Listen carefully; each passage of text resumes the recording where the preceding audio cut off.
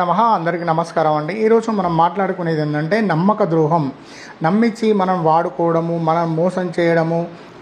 ప్రతి విషయానికి ఎలా అయితే వీన్ని వాడుకోవాలి అనుకునేవాడు మనకు మాయమాటలు చెప్పి మనను ఎప్పటికీ అతని పనులన్నీ చేయించుకొని ఆఖరికి నమ్మక ద్రోహం చేస్తాడు. చూసావా, నమ్మించి మోసం చేశాడు, నమ్మక ద్రోహం చేసింది. ఇలా ఆడ మగ ఎవరైనా పర్వాలేదండి, మనను వాడుకొని మోసం చేసి నమ్మక ద్రోహం చేసిండ్రు అనుకోండి, అప్పుడిప్పుడు ఆ శత్రువు నాశనం కావాలని మీరు కోరుకుంటున్నారు, అతని పతనాన్ని మీరు చూడాలనుకుంటున్నారు. కాబట్టి మీరు శివయ్యని నమ్ముకోవాలి. మీరు ఏం చేయాలంటే శనివారం రోజు, సోమవారం రోజు ఆవాల నూనె తీసుకొని వెళ్ళాలి. ఆవాల నూనె తీసుకొని వెళ్ళి మనకు వీలుంటే వాని గోత్రం, తర్వాత వాళ్ళ ఇంటి పేరుతో సహా, అతని పేరుతో సహా మీరు సంకల్పం చేసుకొని ఆవాల నూనెతోని అభిషేకం చేయండి.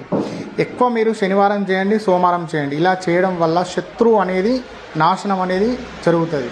ధన్యవాదాలు. నమస్కారం.